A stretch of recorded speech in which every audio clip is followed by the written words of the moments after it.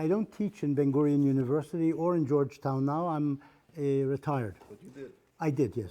When did you retire? A few years ago. Okay, I'll pass around the book. Please don't mark it in any way. You can have a look at it. This is the new book. It just came out. Sorry? Some people do. What was I going to say? Yeah, during the past 10 years, I worked with a colleague called Dror Ze'evi, who's a real Ottomanist, I'm not, on this book. We looked through a great number of archives. He did the Turkish archives, the French archives. I did American and British archives. He did French archives. We went through an enormous amount of material about the history of Turkey and its treatment of its Christian populations during the years 1894 1924. And the product is the book I've just handed around, which is called The 30-Year Genocide, Turkey's Destruction of its Christian Minorities, 1894-1924. What I'm going to give you now is I suppose, a précis of its conclusions. During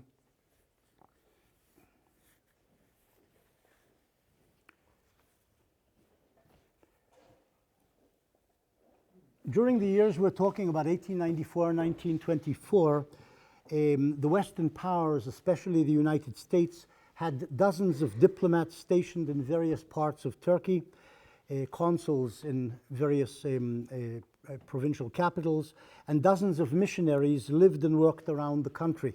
Over 100, something like between 100 and 200 during the end of the 19th century, beginning of the 20th century. Similarly, Germany had diplomats and missionaries stationed around Turkey, and we have gone over a great deal of German material as well as some Greek materials. This is in addition to Turkish, British, French, and American archives.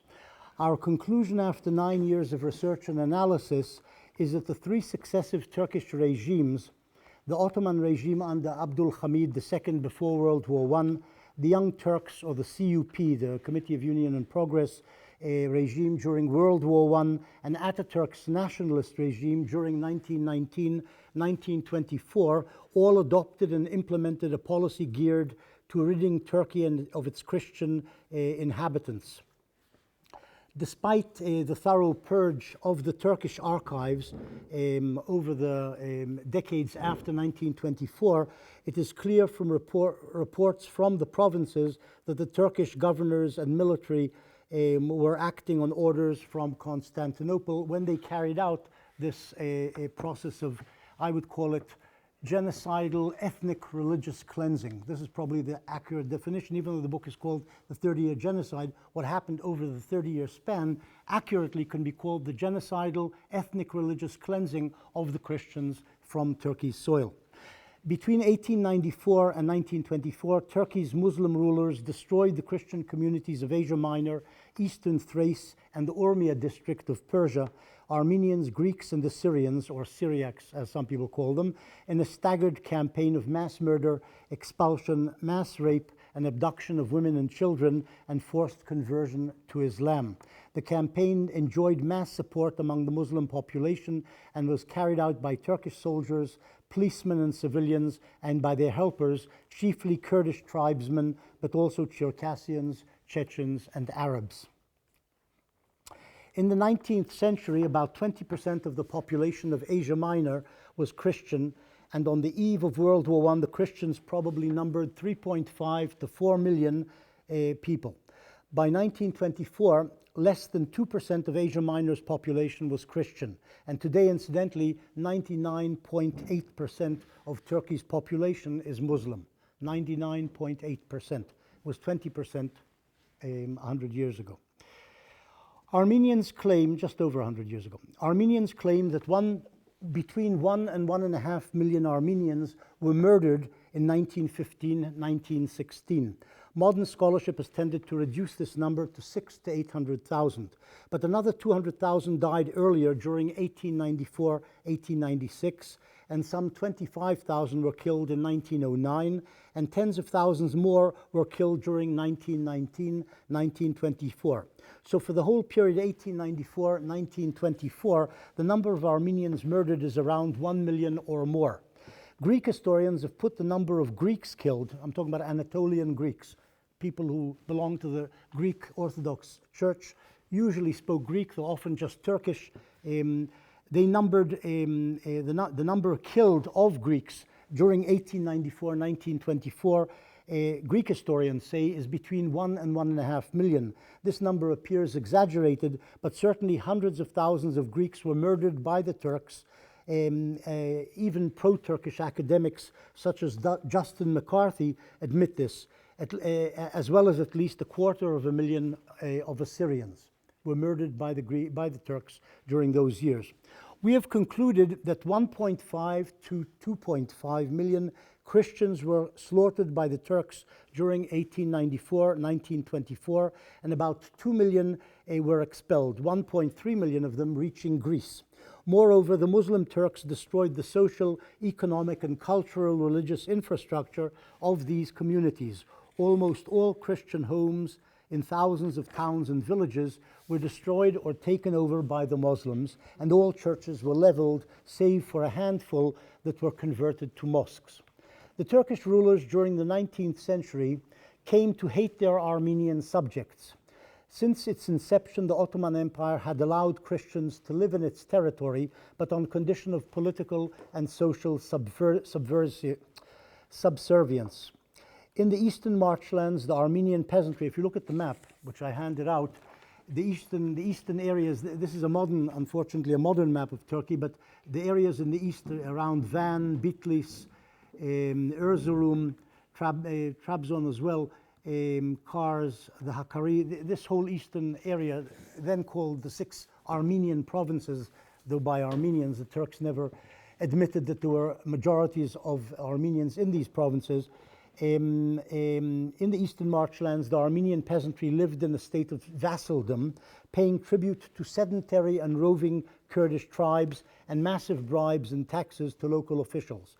But with the opening up of the empire to the west, including commerce and education, we're talking about the middle of the 19th century, the winds of liberation and nationalism, which began to affect the Turks and the Arabs, also affected the urban Armenians who lived in the big cities in the east, and to a lesser degree, the Greeks of Asia Minor.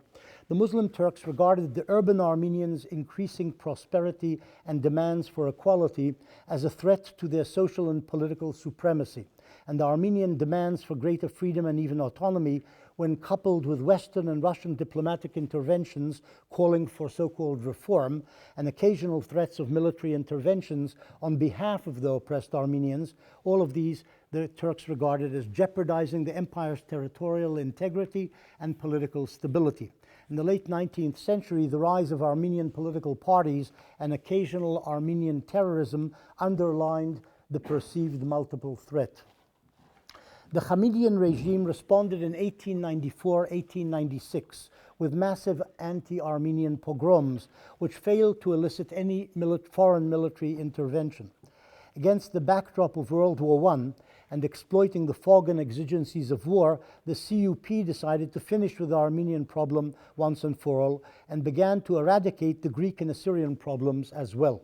This is what's called the Young Turks, the CUP. Armenians were rounded up from almost every area of the country and sent on endless death marches.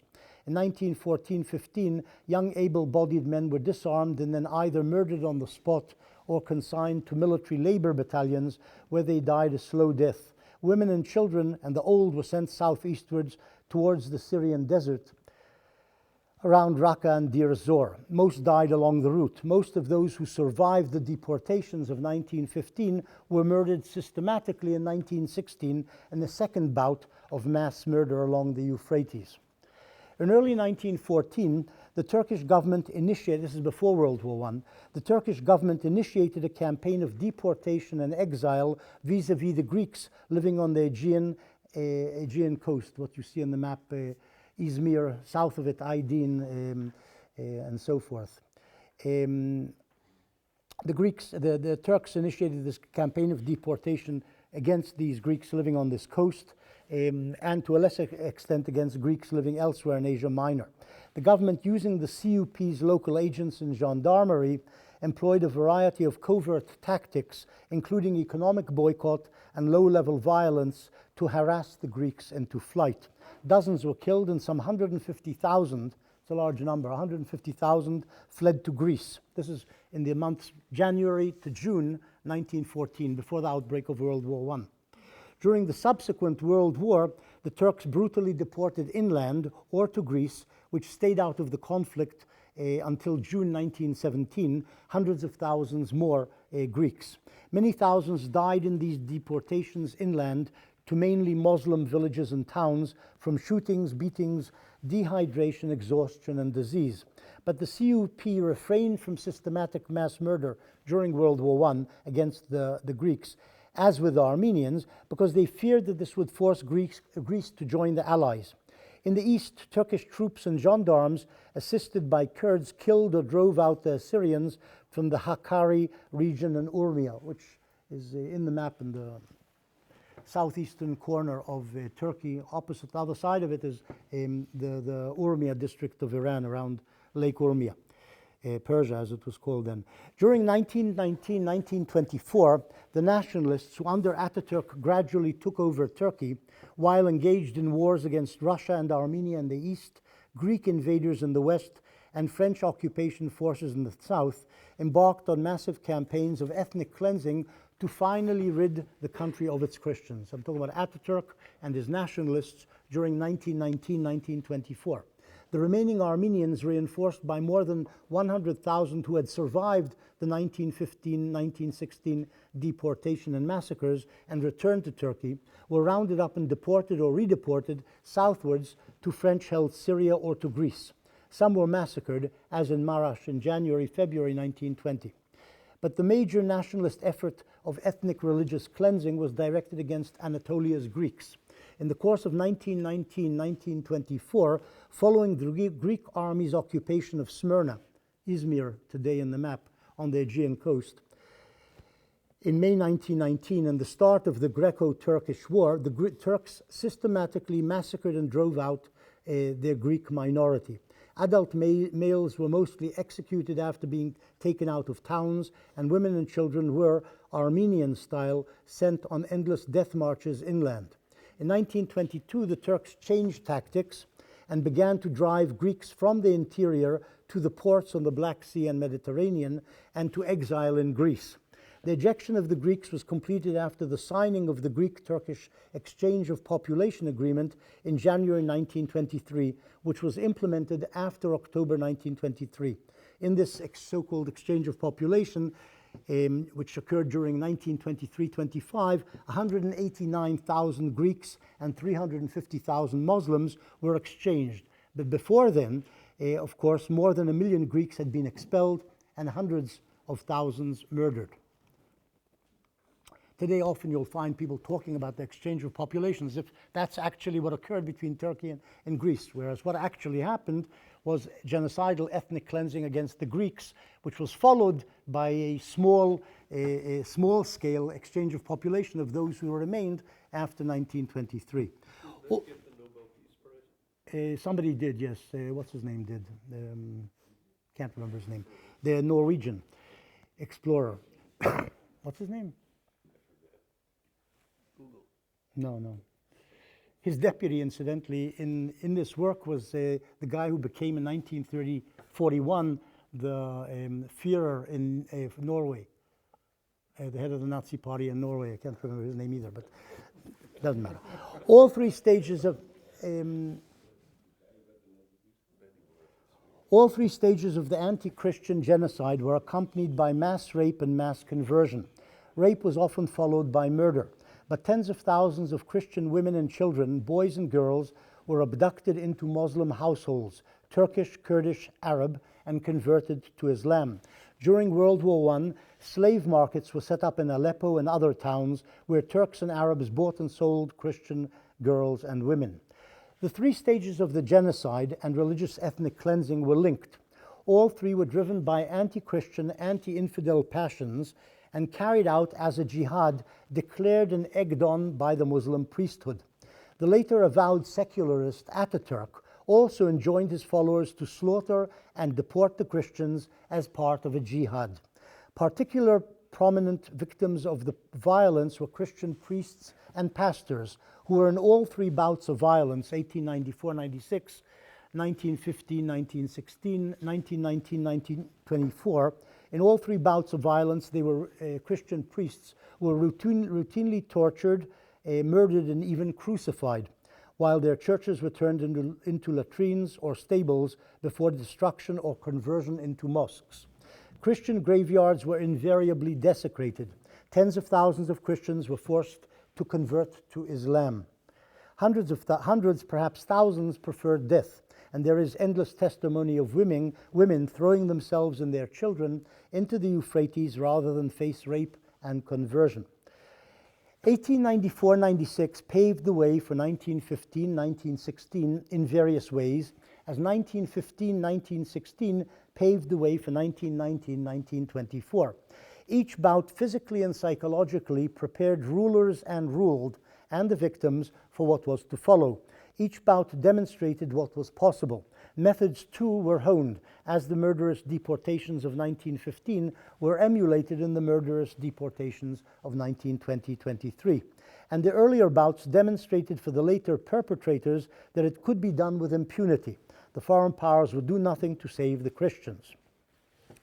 Now, one of the crucial questions one asks, or is asked in relating to the subject is why did the three regimes and their Muslim populations pursue dechristianization? And that's what was happening in Turkey during these three bouts or over these 30 years. Why did they pursue dechristianization? Well, the answers we came to, myself and Dror Ze'evi, were one, the Christian minorities, especially the Armenians, were seen as a socio-economic and political threat to Muslim supremacy and the integrity of the state.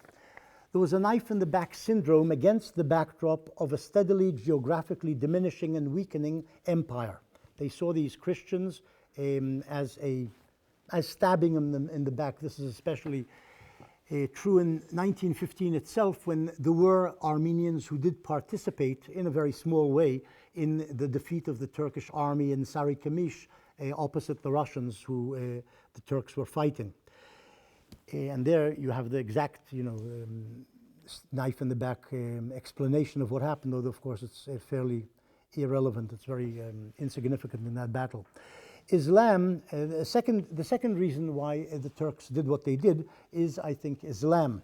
The obligation to fight and kill the infidel, the enemy of Allah and Islam, and the threat to Islam, which is constantly invoked by the Muslim Turkish rulers. They constantly talk about the threat to Islam by these Christian minorities, which is why often we find softas, that is seminarians, people who are being prepared for the priesthood, and clerics leading the pogroms as occurred in Istanbul in 1895. That you have priests and seminarians at the forefront of people who are carrying out pogroms, leading the pogroms in these towns. All of this is based on this evidence of the consuls, the missionaries, etc. I can talk more incidentally about the sources. I think it's worth discussing if you want later. In most, sorry? Did you say priests? Priests means mullahs, sometimes qadis, muftis, and so on. Didn't want it misunderstood at those. No, I'm talking about Muslim clerics. In most Western reports on the various massacres in all three bouts, Islam is said to be the driving force. That is, this was the assessment of the consuls and the missionaries when reporting about why the crowds were doing what they were doing next to where these missionaries lived and these consuls were reporting. They usually said Islam is what is driving the masses. It may not necessarily be what is driving the orchestrators, the leaders on top. They may use the excuse and rhetoric of Islam, but have other ends in mind. But the mobs who go out on the rampage, kill and slaughter, for them, Islam is the driving force. The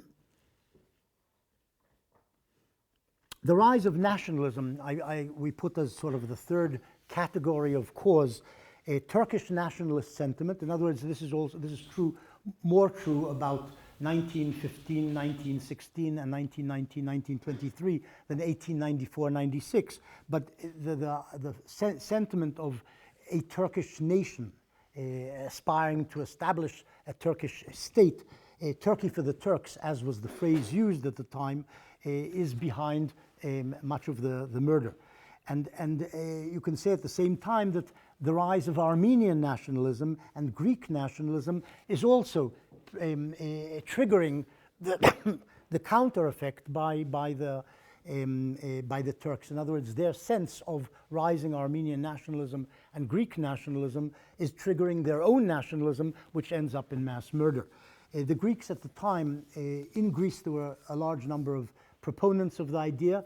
Among the Greeks in Anatolia, much less. It wasn't that popular, but there was what was called the megali idea. The idea, and this is true from the 1820s, from the rebellion of the Greeks against the Turks, which led to the establishment of the Kingdom of Greece. From that point on, there are Greeks who are propounding the idea of enlarging, expanding the Greek state to turn it into a new resurrected Greek empire. In other words, it should include the Aegean coast, the coast of the Black Sea. It should include Constantinople, the capital of the Greek Byzantine Empire. So there are people talking about Greek expansionism, which of course is an expression of Greek nationalism, which of course triggers counter passions on the side of the Turks. So what I'm saying is that the nationalism of the Turks, of the Armenian elite, and of some of the Greeks who are propounding this megali idea, all of them converge to produce this genocide by the Turks. Economic gain is very important, and people have traditionally ignored this subject.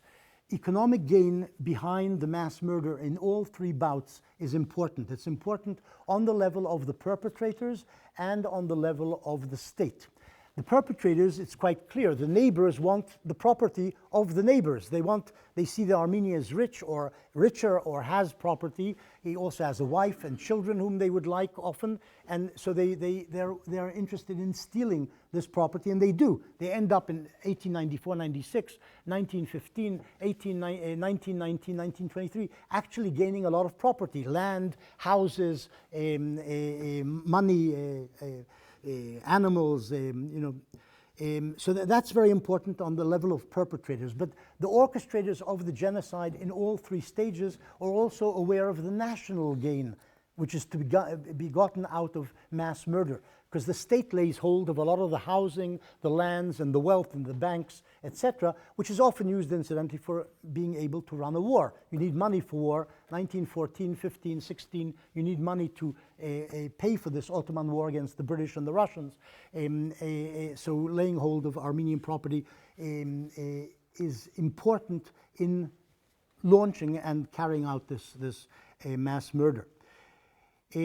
Revenge, we put as in a fifth place, and maybe it even deserves a higher place, but revenge is very important in the Turkish perpetration. The Turkish Empire has been gradually diminished by rebellions by Christians and by attacks by Christian powers from the outside, especially in the Balkans, who chew away at the Ottoman Empire.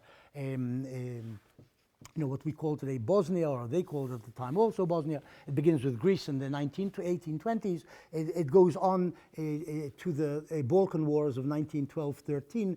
The Turks continuously lose territory, and they lose also property. That is, the people, the Turks who live in the Balkans lose property and lives as well under a Christian assault. Many of the leaders of the CUP, their origins are in the Balkans, in Saloniki and so on. People like Ataturk, their families come from these areas where their families have lost property and even members of the family to a Christian rebellion, and they pay them back, which is revenge, in what they do in 1919, 1923, to a certain extent also 15, 16.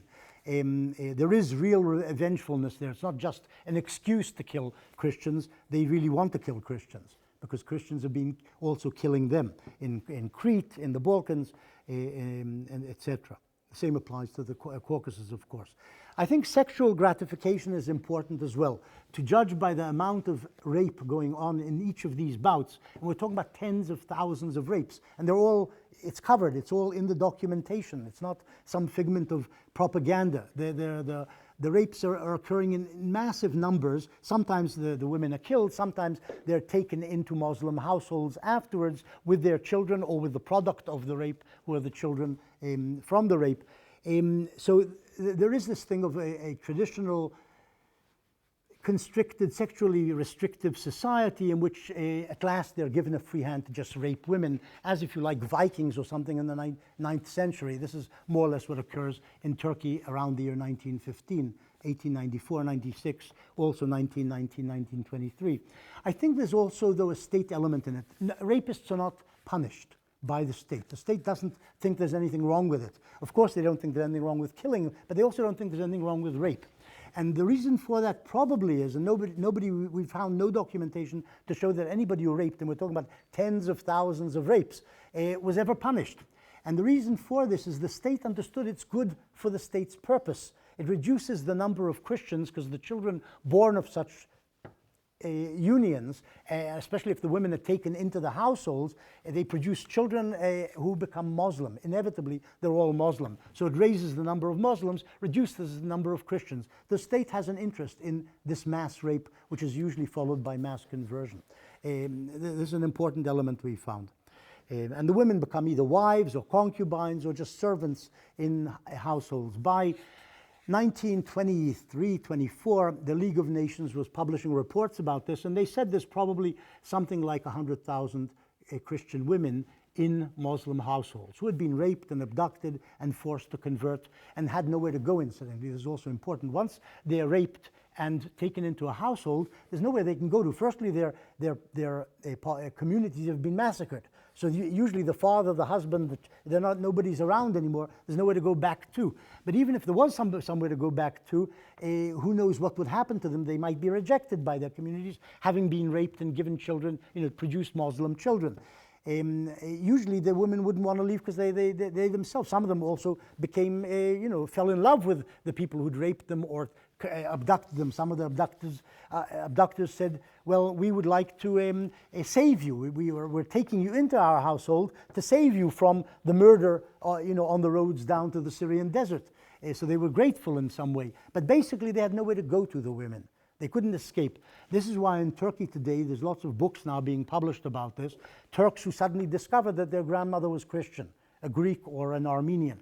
They are finding their roots, and there's literally millions of Turks who have this sort of grandparentage in their family tree. Now, one of the things we did in the long concluding chapter in the book was to compare what had happened in Turkey during these 30 years to what happened in the Holocaust, the killing of Jews in Europe by the Nazis and their helpers during World War I. We thought it's interesting in terms of just genocide studies, but it's also something which, in doing so, you highlight what actually happened in Turkey during those 30 years. In both cases, the Germans in the 40s, the Turks during those 30 years, they utilized the fog of war and the passions triggered by war to commit genocide. In other words, the framework of war and the cloud of war enables you to commit genocide much more easily. People don't see what's happening, and passions among Turks are, as among Germans in the 40s, are increased, making them willing to descend to barbarism. The second thing which is in common in these two periods, the German and the Turkish, is state organization. It's clear that the state organized both things. They don't just happen spontaneously, neither during Abdul Hamid, nor during the CUP period, nor during Ataturk, nor under the Nazis. It's a state organized thing. It's true that the Germans organized much better. The Turkish state was less competent in organizing, but they organized and killed lots of people. So the state organization is important. A major difference between the two bouts of types of genocide, that is what happened during the 30-year period and what happened under the Nazis, a major difference is the role of civilians. Under the Nazis, German civilians didn't take part in killing Jews. They may have seen them being taken off in the morning in trucks from Hamburg or wherever it was, but didn't actually kill Jews, the civilians. It's the state, it's the SS, special units, police units, the army itself, the Wehrmacht, they're the ones who are doing the killing when the Jews are extracted from wherever they're extracted, but it's not German civilians who are doing it. In Turkey, it's the opposite. Civilians, neighbors are actually killing their neighbors in most places. Certainly 1894-96, and in many places during 1919, 1923, it's the neighbors who are killing the neighbors to get the property, to get the women, to get to let out their pent-up Islamic urges, whatever the reasons, it's the neighbors who are doing the killing. So what you end up with is certainly tens of thousands of Turks and probably hundreds of thousands of Turkish civilians took part in this mass murder in these three bouts, whereas in Germany, the numbers are much smaller and they refer to official people, that is police, army, SS, and so on. In both sets of genocide, you end up with the instigator nation employing auxiliary nations to do their work. The Germans used Ukrainians, Latvians, Frenchmen, Dutchmen to round up people, even to kill people in various places. The Turks did the same. They used particularly Kurds to do the work, but also Circassians, Chechens, and even Arabs in certain places in the desert to do their work, as well as they themselves doing the work. I mean, they're the main perpetrators, but they use these auxiliaries as well because they're there around and are willing to do the work for money or for women or for whatever the reason is. In both cases, we do have a use of special organizations, apart from the army and civilians doing killings. In Turkey, I'm talking about, but and in Germany, the army and the police and whatever, you do have specially ordained units to carry out killings. In the German case, certainly at the beginning, you've got Einsatzgruppen who are specially ordered and charged with killing Jews. In Turkey, you have something called the Special Organization, which was a shadowy group already active in the war in Libya between Turkey and the Italians, but also later in the Caucasus, and reappears again in 1915. The Special Organization is also tasked not so much with the killing as organizing the killing in various areas where local units or local populations are doing the actual killing.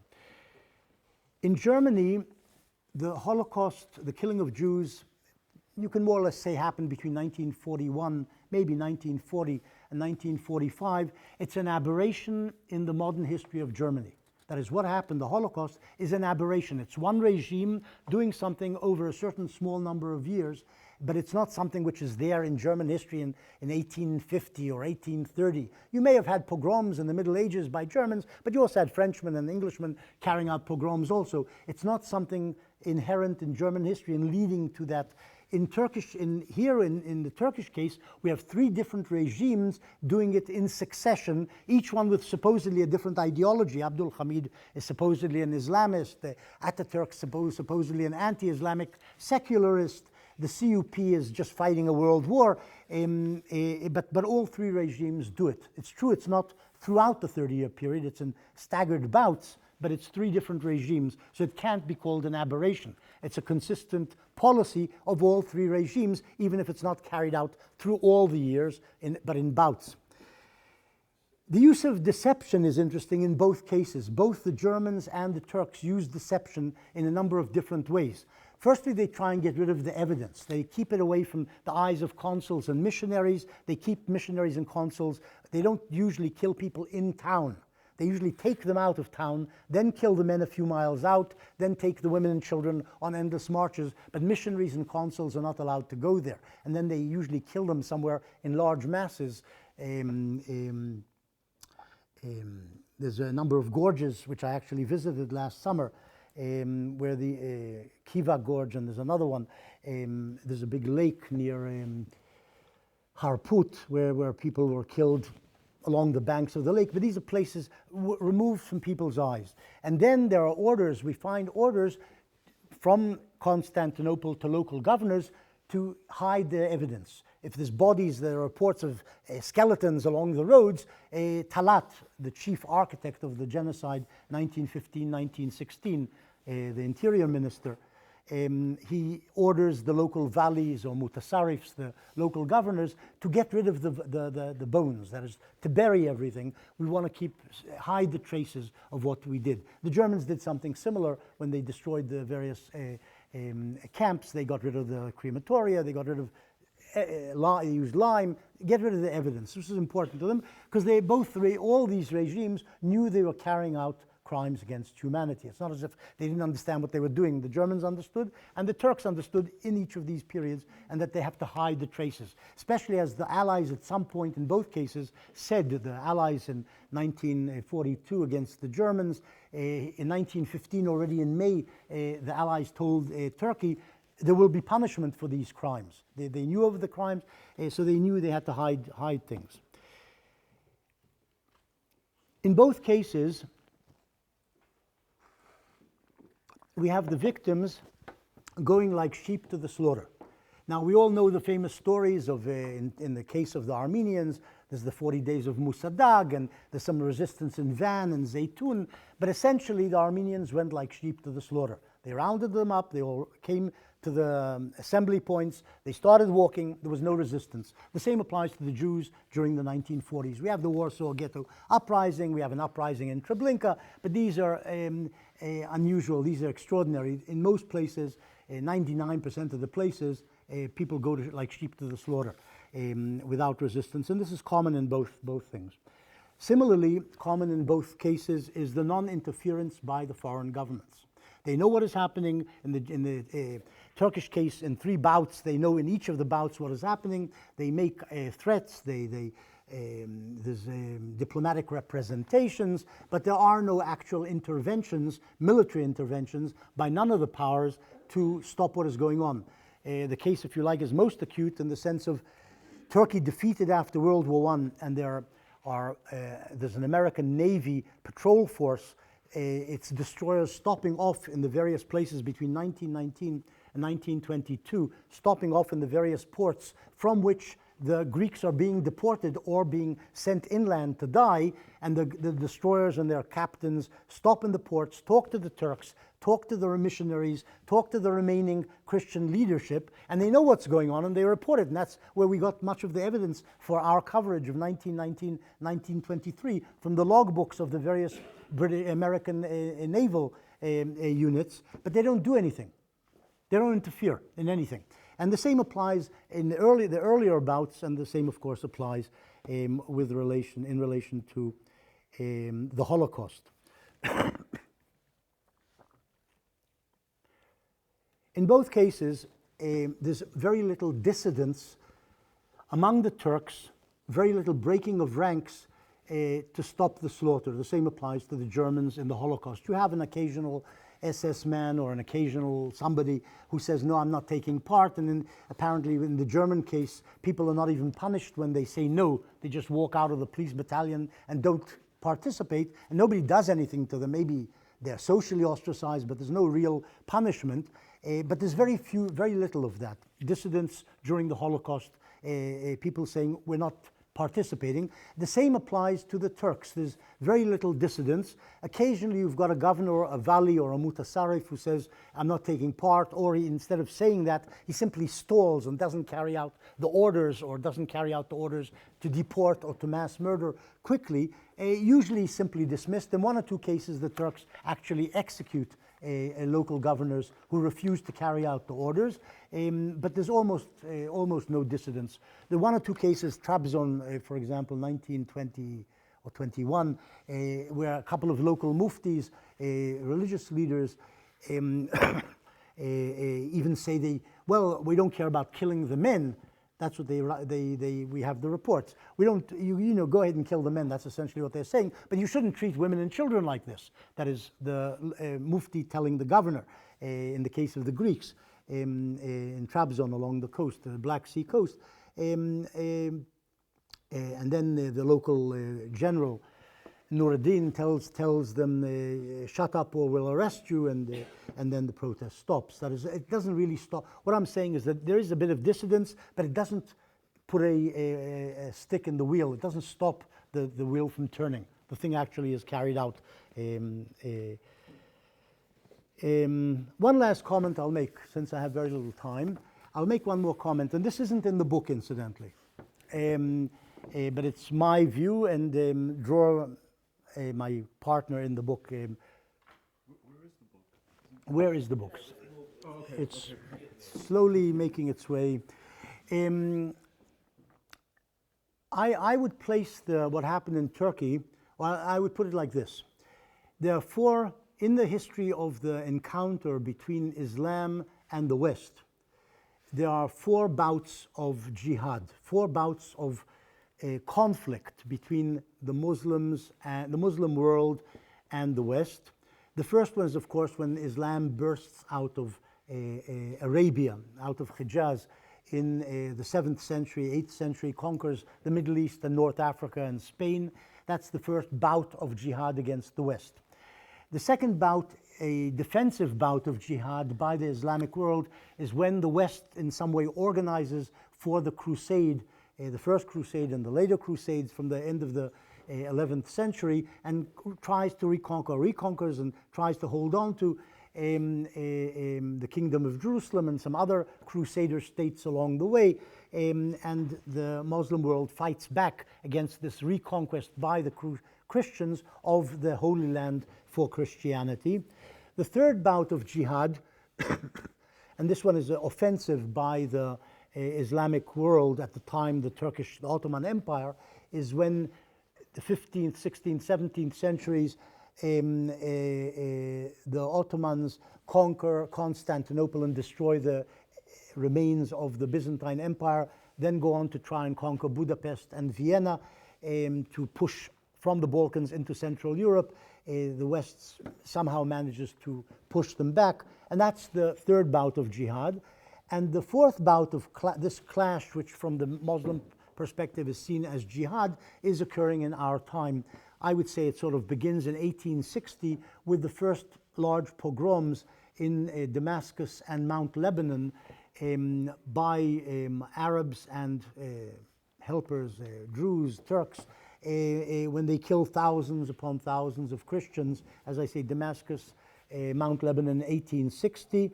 And then it continues with what I've described happening in Turkey, this fourth large modern bout of jihad, which is actually a contemporary bout, and continues with ISIL and ISIS and whatever you call them, Al-Qaeda and so on, which is seen by the Islamic world as defensive jihad against the West, which is encroaching on their territory, militarily, culturally, economically, dominating them, and they're trying to push them back. That's the way they see it. And we're in the midst of that. I would say also the battle against Zionism in Israel is part of that Islamic pushback against the West, Israel being seen as an outpost of the West in the midst of a Muslim territory. But as I say, that this reflection about where this fits in, what happened in Turkey in the 1400 years of Muslim-Christian West relations, isn't in the conclusion, actually. Yeah, go ahead. Initial question from what I'm hearing, and tell me if it's an overstatement. The foundation of Turkish politics and society after World War I is grounded in the role of genocide against non-Muslims. Is that too strong a statement? There are people who write that. I wouldn't put it like that. That's too simple. It's not because that's what I'm doing.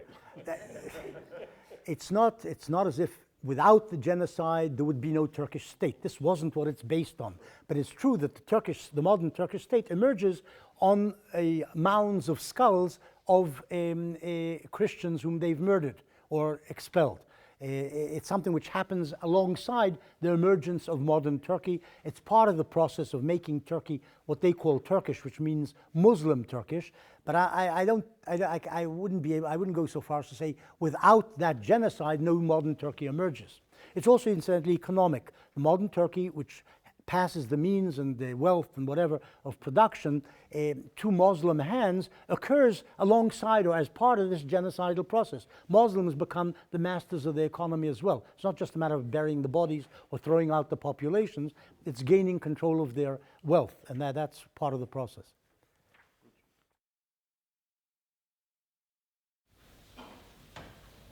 Islam doesn't always behave in this fashion.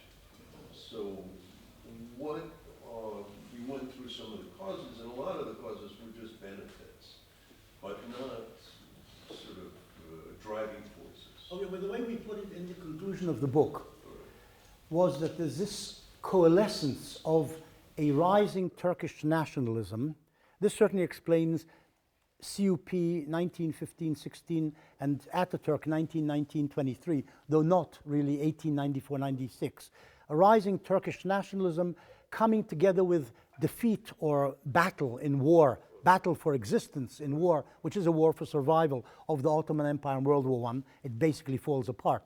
The empire is destroyed. And the encroachment by foreign armies, 1919-1920, French, Russian, Greek. In other words, it's a mixture of the nationalism with a very deeply felt sense of religious identity. Islam, which produces jihad to get rid of the infidel.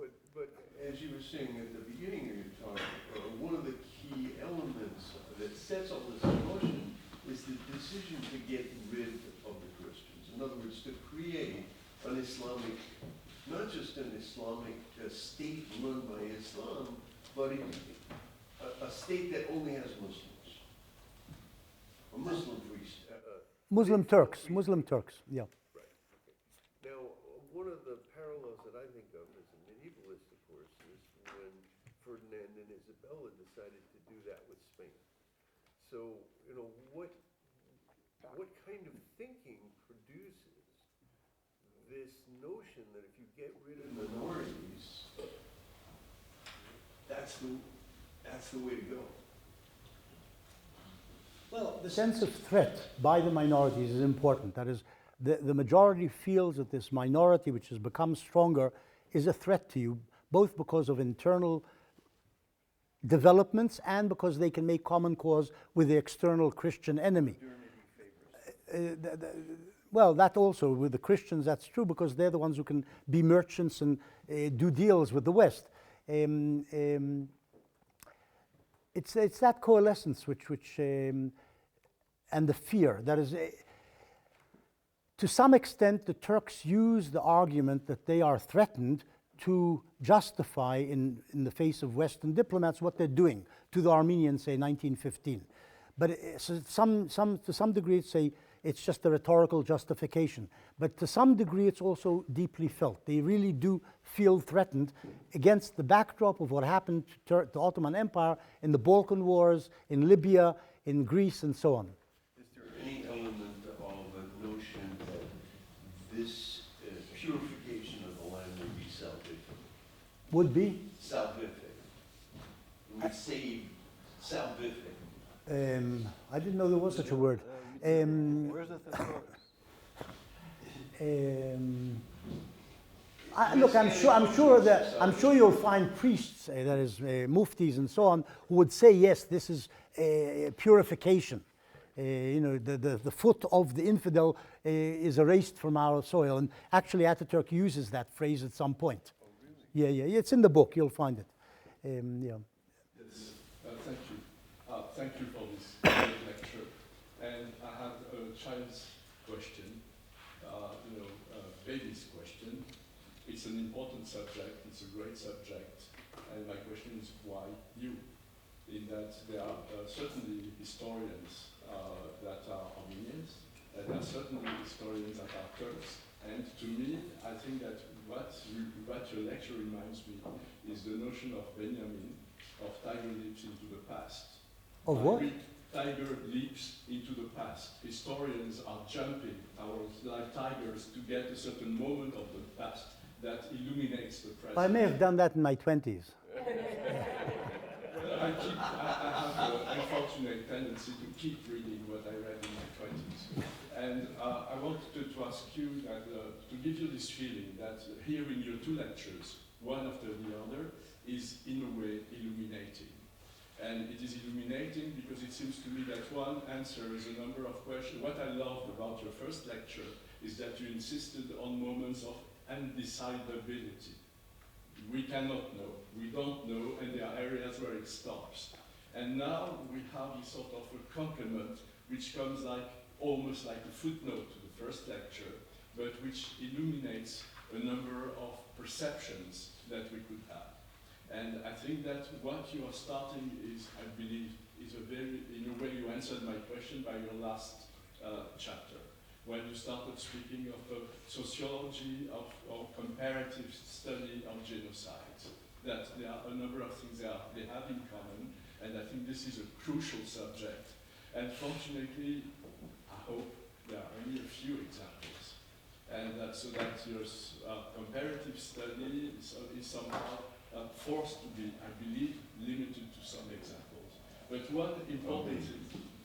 one important thing that struck me, and I have a question, is that you showed that both in the German genocide, the Nazi genocide of Jews, and the Armenian genocide, there was this need for hiding, for dissimulating. And I wonder whether this need is exclusively strategic. In other terms, are there issues of which not only it is important that others don't know, but it is important to escape your own shame? Could be. I have no answer to that. We should ask somebody on the right side also. So Larry Okay. and I'm a leftist. Okay, okay. But you said that in the Nazi genocide, civilians didn't participate, and I just wondered what you thought of Goldhagen's book, Hitler's Willing Executioners. Was that counter to your point? Yeah, what he's saying is the German people were willing to kill the Jews. That is, it wasn't just a couple of guys, but it was the German people's will, which was expressed by what Hitler and his people did. I don't know. I have no answer. I'm not an expert on the Holocaust either. I actually met Goldhagen not long ago, but he's making a film, he told me. I have no answer to that. What I did say, and that I have an answer to, is the German people, the non-military, non-police, the civilians, don't actually kill people. That's the difference. They're not there. Maybe the SS does represent their deepest wishes. That's what Goldhagen is saying. But maybe it doesn't. But the fact is they don't participate in the killing. It's not structured that way. I want to ask about the motives of the genocide. You talked about Christians in general, or is it Armenians, or is it Christians? And to my question, Ataturk was secular, completely secular. He wasn't completely secular. He later emerged as secular. So, was it a genocide of Christians or Armenians? And who No, I did it? think I spoke.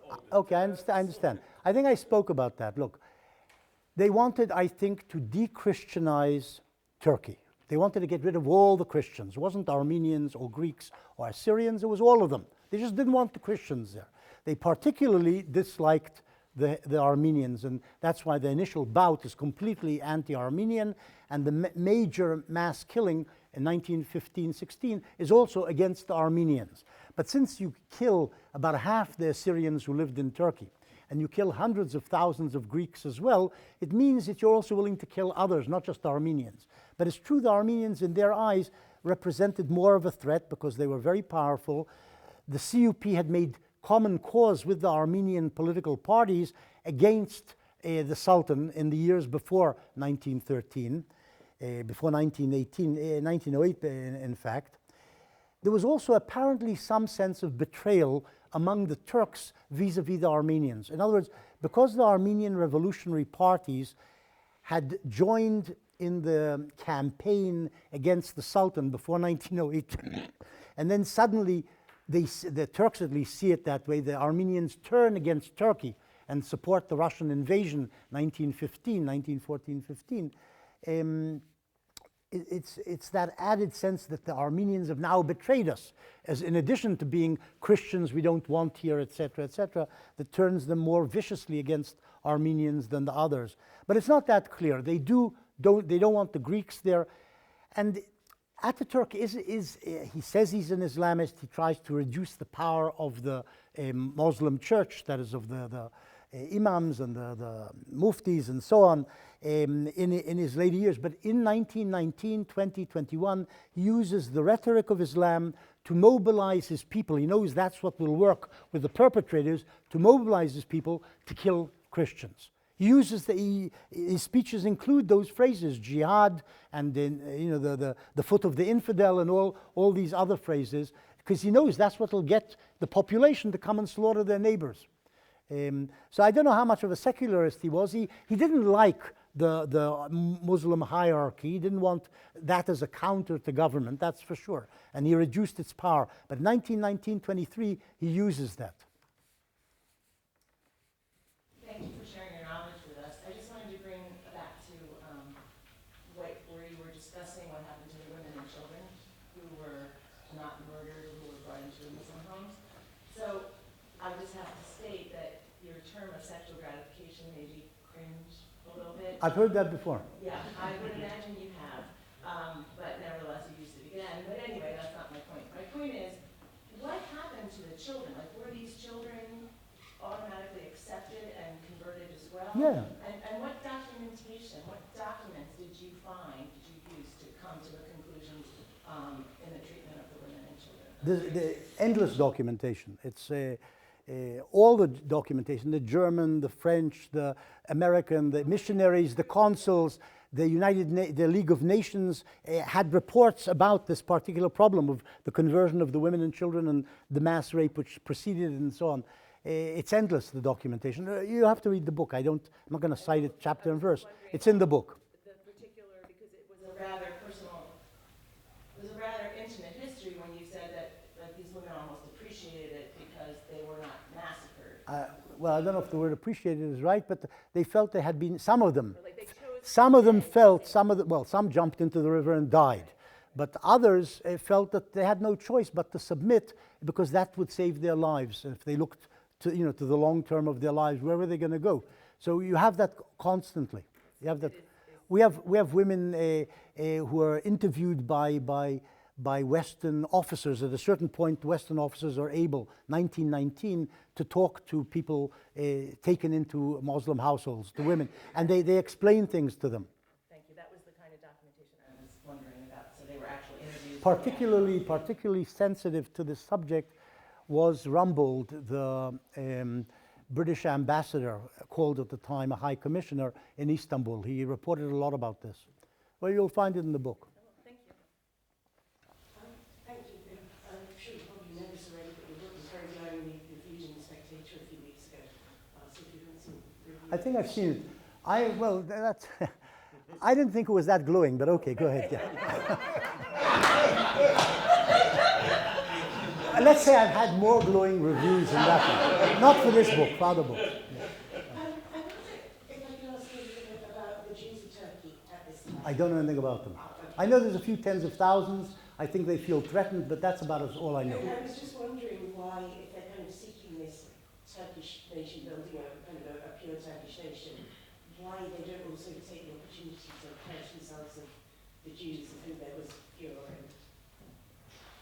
No, there's an interesting question there about this 30-year period and what happened to the Jews then. Yeah. And we occasionally talk about that because some of the documents talk about that. Some of the consuls were anti-Semitic.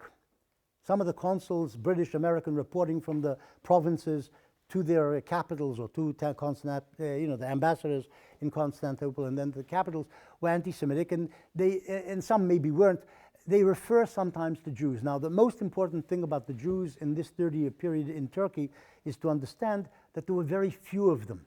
We're talking about tens of thousands of people. When we're talking about the Christians, we're talking about 4 million people, like 20% or more of the population. The Jews were like 1% or something.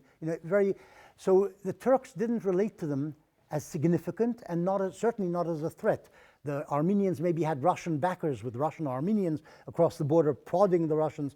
The Jews had nobody. There wasn't a Jewish state on the border going to help the Jews. So there was no sense of threat. So nothing happens to the Jews, even though the Jews in Palestine in 1917, 16, 17 are very fearful that the Turks are going to do to them what they did to the Armenians. But it doesn't happen, partly because of American and German intervention in Istanbul. Nothing happens because there are some Turks who would like to get rid of the Jewish community in Palestine, but it doesn't happen. But in Turkey itself, the Jews are insignificant. Occasionally, you have reports, and here I'm saying there's this anti-Semitism, but maybe it's true, maybe it's not anti-Semitism. There's statements by consuls, the Jews are exploiting the circumstances to make money. In other words, the Christians are leaving, the Jews are taking hold of their property. And they specify Jews, whereas, of course, it's Turks who are basically taking over the property, but you have this thing about Jews also doing it in some places. We know that the Turks employed some Jews in certain places, like Urfa in 1895, in December 1895. The Turks employ local Jews in Urfa to take away the bodies, because the bodies which have been burnt in the cathedral, they slaughtered between 3,000 and 7,000, the Turks slaughtered between 3,000 and 7,000 Armenians in Urfa Cathedral in December 1895. And the place was full of ashes. The cathedral smelled terrible, and everybody reports about that. And then they got the Jews, they mobilized the Jews in the town to take out the bodies, or what remained of the bodies, the charred bodies. So we have that also, that the Jews being used. But otherwise, there's almost no reference to the Jews because they're not important. They're not an actor in any way. In the book, you have mentioned an unfortunate sequence of accidents. The government said that the event was an unfortunate sequence of accidents. So, how does the present government and the people perceive this situation? Because accident, I don't think, justifies the sufferings of Christians.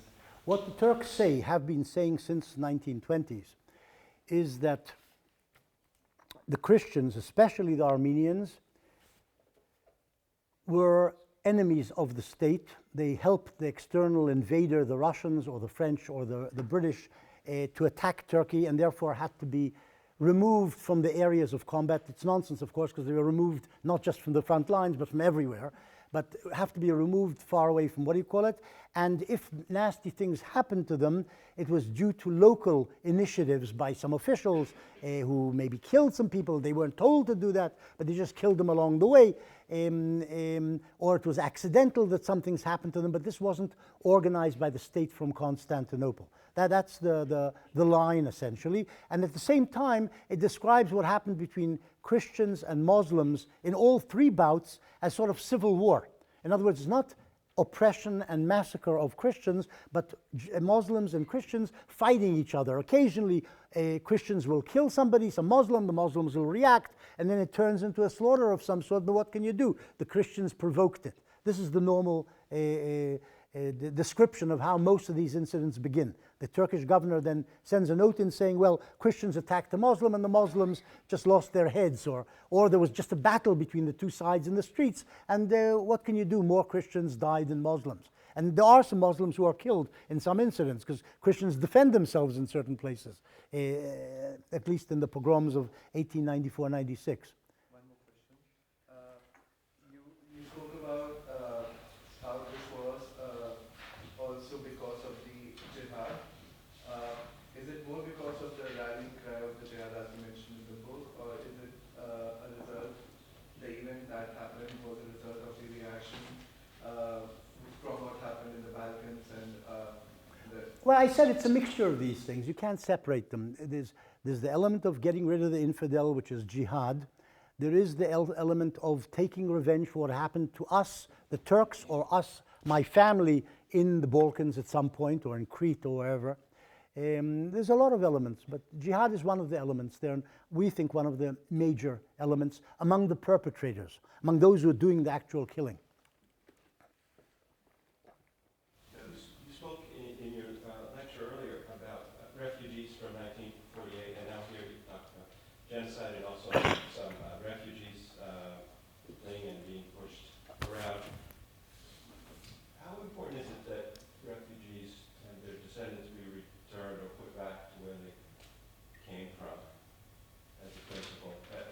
I don't know. They That's have the right to go back, all of their descendants until the end of time, as a general principle.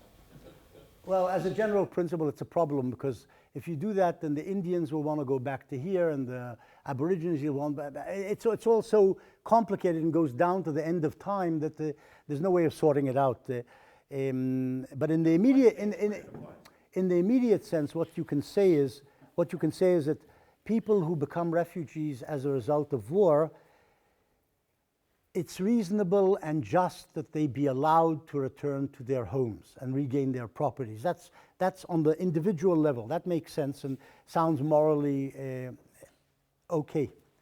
But the problem is that each of these refugee problems isn't a individual problem, it's a collective problem and a national political problem. So if you're talking about the Palestinian refugees, I oppose their return to their homes, because if 5 million Palestinian refugees, as they call themselves, or as the UN calls them, were to return to Israel, there would be no Jewish state. It would be total anarchy, a major bloodbath, and no Jewish state would remain, because they would become a majority in the Jewish state. That's what would happen. So I'm against that. On the other hand, Palestinian Arabs believe in what they call the right of return, and they say there is justice in allowing them to return, and they avoid seeing what the political consequences of such a return would be, which means Israel's destruction. Or they do want that, but at least they don't mention it as the reason for wanting the refugees to return to their homes.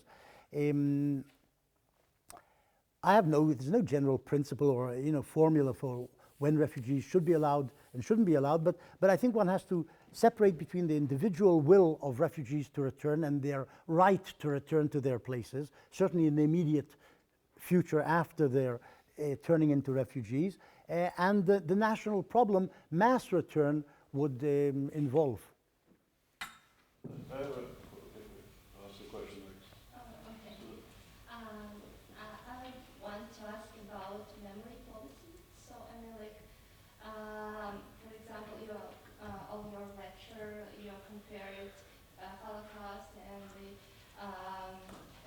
Armenian genocide, and I want to ask, the war, the re-education, like after, after Holocaust war re-education of the Germans, there were some kind of this, The Germans faced up to their past, did denazification to a certain degree, but certainly to future generations presented a face of remorse and compensation for what happened to a certain degree, and faced up to their past and admitted to what they did. And the Turks have never done that. Exactly the opposite is what is taught the Turkish people or children in schools. The Christians tried to kill us all, and all we did was react. And they exaggerate about the numbers, and that's the line. The same, incidentally, applies to the Japanese, who've never faced up to their past in World War II. In other words, probably most nations find it difficult to face up to their past. The Germans did manage to do that. I mean, I'm not an expert on this, but this is what I think I know.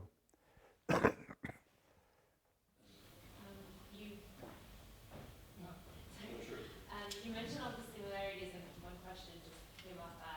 Do you think the Nazis actually looked into this genocide as somewhat of an inspiration? Oh yeah, there's a book about that by a man called Ihrig, spelled I-H-R-I-G. It basically looks at how the Germans looked at Ataturk. In other words, but also in some way to what happened before Ataturk. Firstly, there were Germans on the scene. It's interesting, German officers served in Turkish units, advised Turkish units. There were German units in the Ottoman Empire during the war. So they were part of the system which did this. Occasionally, we even have names of Germans who participated in the killing. In the siege of Van, for example, one of the commanders of artillery among the Turks, which shelled the civilian neighborhoods of Van, the Armenian neighborhoods, was a German officer. So they were there. But that's not what you're asking about, but it plugs into it, because the Germans, the thousands of German soldiers who were in the Ottoman Empire, in Asia Minor, during the World War, not afterwards, but during the World War, went back to Germany. In fact, one of the consuls, Richter, someone who, I can't remember if it's from Trabzon or one of the towns, he reported about the Armenians, the Turks doing very nasty things to Armenians, and then was one of the founders of the Nazi Party and was killed alongside Hitler in the Munich Putsch, 1923. That is, he was one of the guys standing next to Hitler, meaning he was very close to Hitler. But he, during the war, reported things which were evil in terms of Germany's ally, the Turks, what the Turks were doing to Armenians. So it's an interesting sort of flip-flop. But the Nazis and right-wing Germans were very appreciative of Ataturk. There's lots of books and articles written about Ataturk during the 20s and 30s in appreciation of this great man, this secularist, and this man who knows how to take care of minority problems. That's what you find in German literature and the press in the 1920s and 30s. This man, Ihrig, has traced that. You speak about that in Turkish neighbors murdered Christians. And is this in Holocaust like in Lithuania, not armed neighbors killed Jews, but you speak about property. And the neighbors still murdered people's property. But in Lithuania, we lost not only owners' property, we lost people's who make trade. And after Holocaust, many towns or status with few 300 to 400 of history became village. And it is no change science now. And what lost Turkey? What changed in Turkey? Well, what you're saying is that the destruction of these minorities hurt the state itself, which was carrying it out ultimately, culturally, scientifically, and so on. Nowhere is this more true than about Germany. Before 1939, Germany received millions of Nobel Prizes in chemistry, physics, and so on. After 1945, they received very few, because they'd killed the Jews, who were many of the Nobel Prize winners.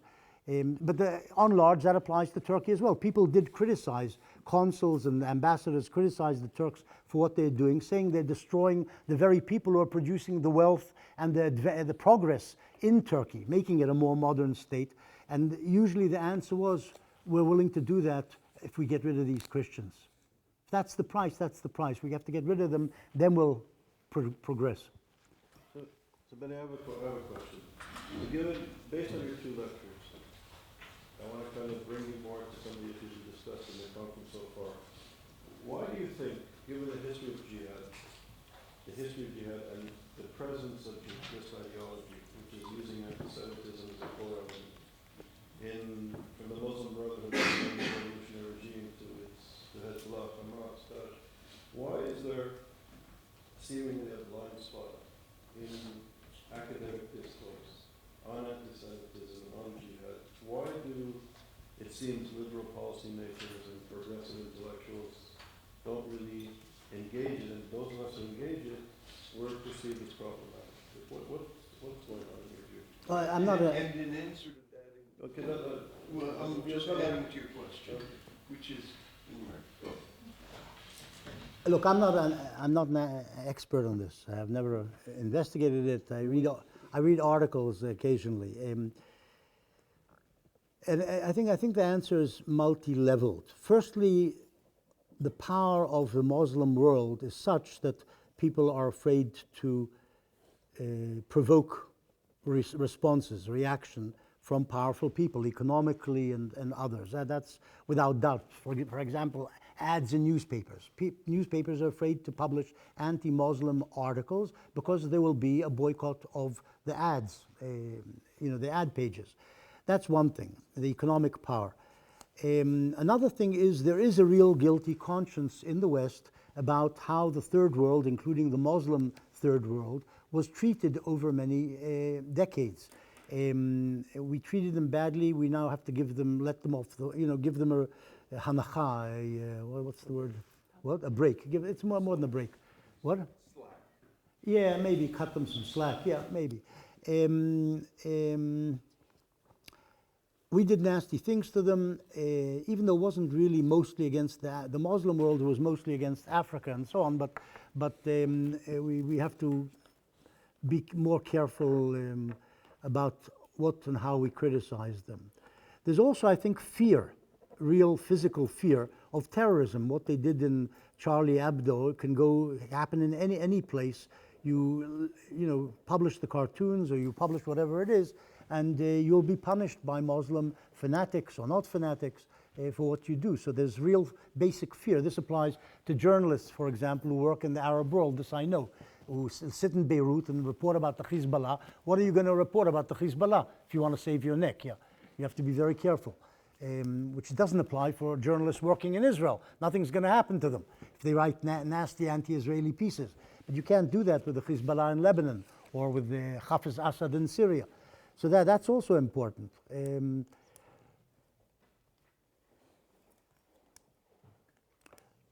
There's also possibly there may be a sort of a sense that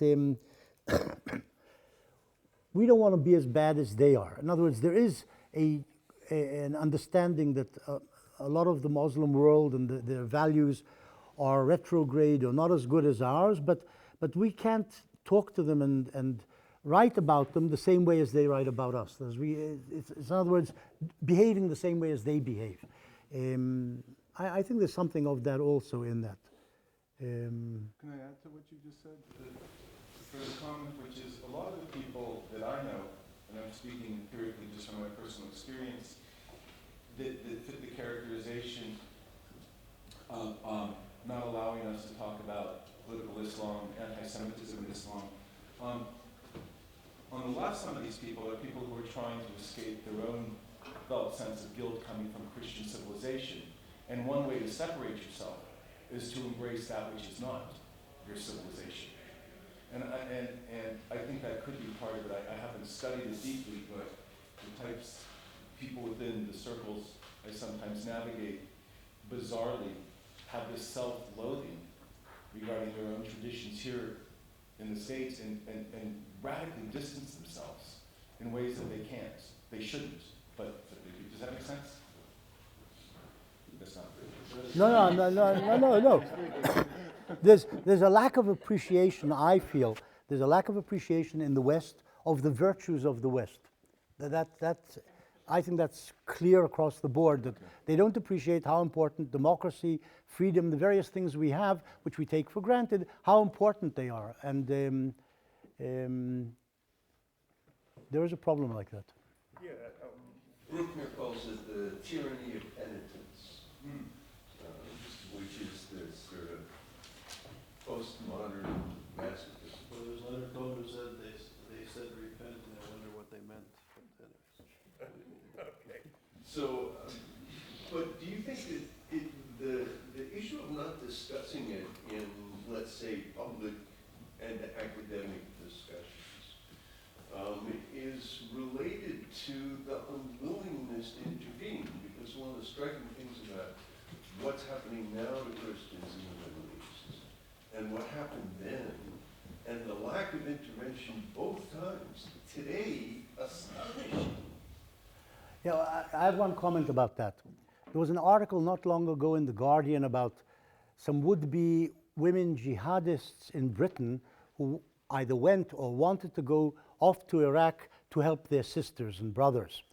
In the Islamic world, there is real fellow feeling and a sense of brotherhood, and if something nasty is happening to your brother in Iraq at American hands, or it doesn't matter who, if it's true or it's not true, it doesn't matter. The senses of grievance there, you are part of that ummah, that community, which you have to help the other part of the ummah fend off. Yeah?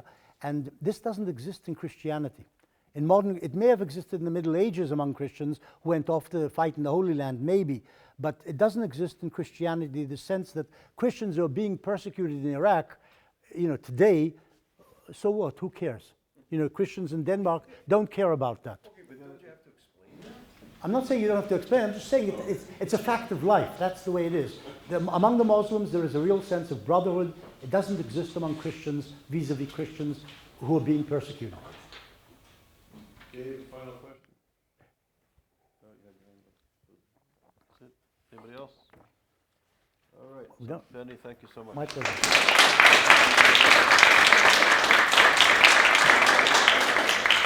Enjoy your lunch and we'll reconvene at 2:30. Thank you.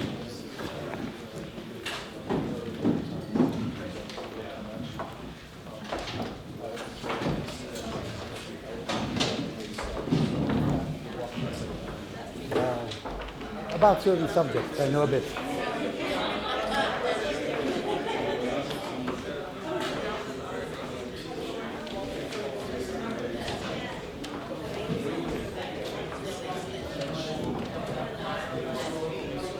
Okay. Okay, good.